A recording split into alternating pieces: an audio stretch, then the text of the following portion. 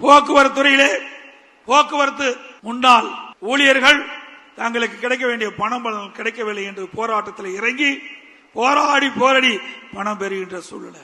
எப்பொழுது பார்த்தாலும் ஸ்டாலின் சொல்லுகின்றார், இன்றைக்கு மகளிருக்கு கட்டணமில்லா பேருந்து விட்டுருக்கோம் சொல்லி அந்த பேருந்தில் ஏறி இறங்கினா தான் உயிர் நிச்சயம். அப்படிப்பட்ட பேருந்து ஓட்டுதல் பேருந்து தான் இன்றைக்கு தமிழகத்தில் இயங்கிக் கொண்டிருக்கிறது. தொழில்துறை எல்லாம் எதற்காக சொல்லினேன் என்று சொன்னால், வருகின்ற சட்டமன்ற தேர்தலில் நாட்டு மக்களுக்கு நீங்கள் தெரிவிக்க வேண்டும் என்ற அடிப்படையில் இதை நான் தெரிவித்துக் கொண்டிருக்கின்றேன். அதிமுக ஆட்சிக்கும் திமுக ஆட்சிக்கும் என்ன வேறுபாடு என்பதையும் நாட்டு மக்களுக்கு நீங்கள் தெளிவுபடுத்த வேண்டும் என்பதற்காக இந்த விவரங்களை நான் குறிப்பிடுகிறேன். தொழில்துறை அதிமுக ஆட்சியிலே மிக சிறப்பா இருந்தது. 2015 அம்மா அவர்கள் முதல் தொழில் முதலீட்டாளர் மாநாட்டை சென்னையில் நடத்தினாங்க.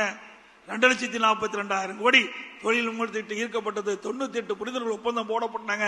அந்த பணியெல்லாம் துவங்கி நிறைவேற்றப்பட்டு பல்லாயிரக்கணக்கான பேருக்கு வேலை கிடைச்சிருக்குது.